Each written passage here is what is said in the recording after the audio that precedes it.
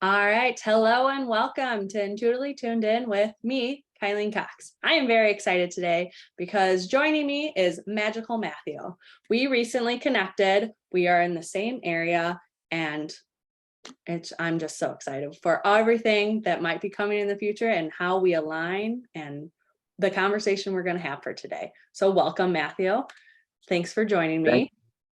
Thanks for having me. Fate certainly brought us together here. And like you said, we are very close. So it was only a matter of time. So Thanks again for having me here Absolutely. Today.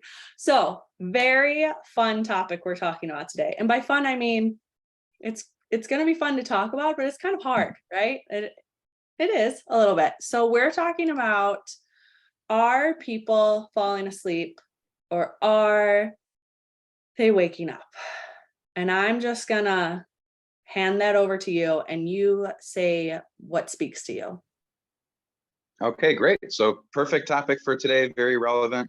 I guess in this kind of digital technology information age. So a lot, I guess, is going into that to awaken us and to connect us with people that are like-minded or interested in learning or reading about something. But then, kind of on the other hand, too, people are more falling asleep because technology makes people more dependent on it and less independent themselves in more of a spiritual way. So we can get into that directly. Now, my past as a psychic and as a kind of intuitive, as an empath, as a medium, as many different kind of hats, I have come across all different types of people over the last 16 years. And really my answer then when I kind of awoken and started my journey is very similar to now. The people that have the certain drive or the fate, let's say, or the destiny to awaken and to research more about what they're interested in, to higher their vibration and, be in more of a state of love every day, those people seem to find it. Now, whether that's in an earlier part of their life or a later part of their life, every kind of soul is different and is learning different things. So the people that I do tend to meet seem to be more on that camp and that category, where they're trying to learn, they're just curious about a reading and seeing where it's going. They're contacting me for healing to get their chakras aligned with tuning forks. And, they've heard it's similar to kind of like a massage, like a sound bath type thing. So, the kind of trust there with people that are awakening seems to be very strong. And the more trust somebody, let's say, has in me is the more I can work with that person on a more deeper and more of a personal level.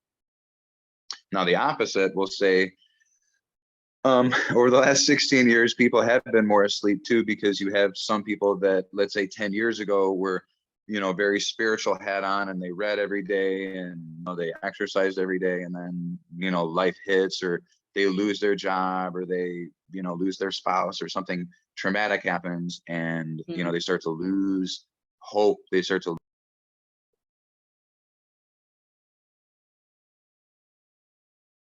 Uh-oh. Looks like we lost audio. Oh. Can you hear me okay? Yes. There we go. Okay, so look the audio off just for a second.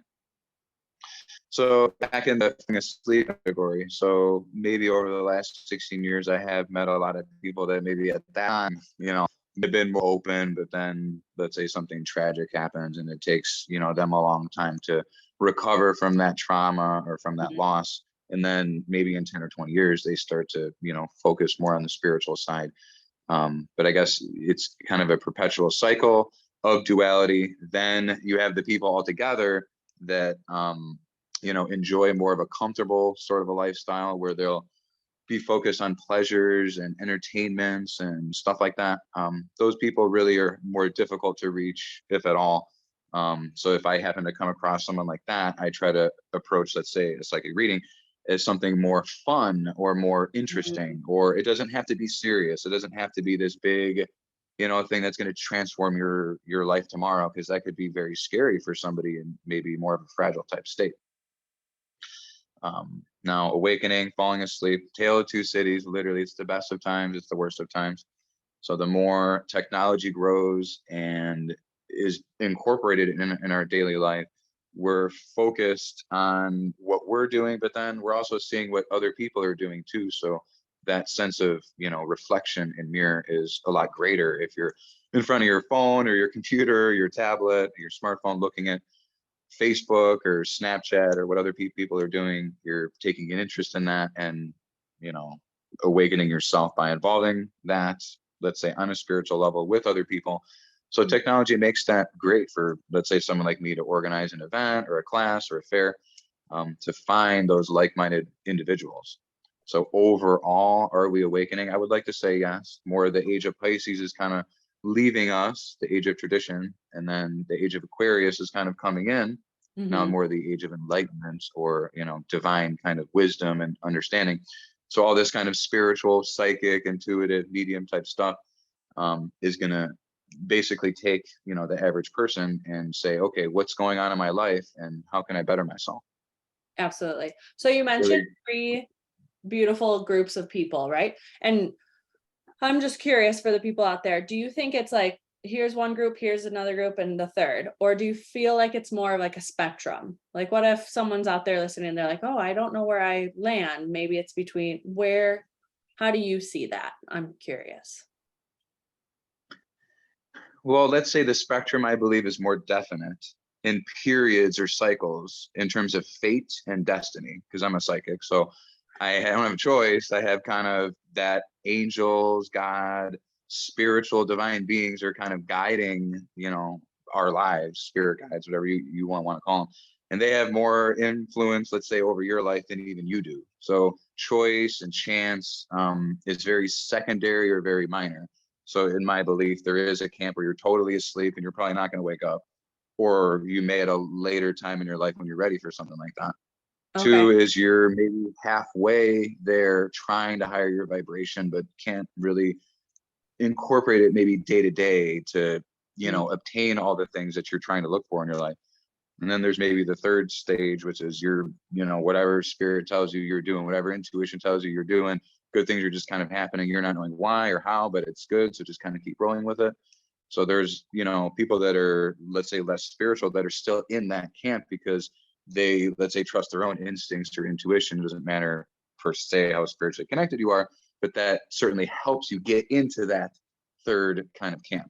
Now, people can be fluid themselves where they are in their life or how old they are or what kind of challenges they're facing.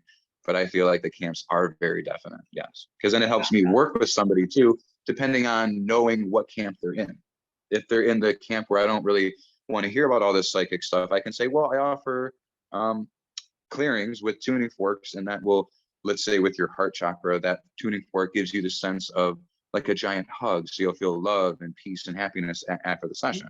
So something like that might be extremely beneficial for someone who has depression, but is, not really looking for enlightenment on a psychic reading or something like that. Totally makes sense. Thanks for cleaning it up. So I have had other psychics on the show, but I'm wondering what being psychic means to you. Being psychic means to me. Wow. Putting Well, you on the that spot says there, that. huh? Okay, well, I mean, obviously it takes you to a lot of different places, good, neutral, not so good. So being psychic just tells you ahead of time sort of what you're getting yourself into, not so you can change it, but just so you can know what to expect to then better handle the situation or the outcome. Very interesting. So So being for psychic you, isn't like being, what's that? well, I was just going to say, so for you, psychic actually means kind of looking into the future a little bit, knowing what's to come maybe in the next step. Not saying like you're going to tell me 10 years from now exactly what's going to happen, but maybe the next step, or is it the like right now? Because I know Well, this the is future, very different things yeah. from psychics. Oh, good, good.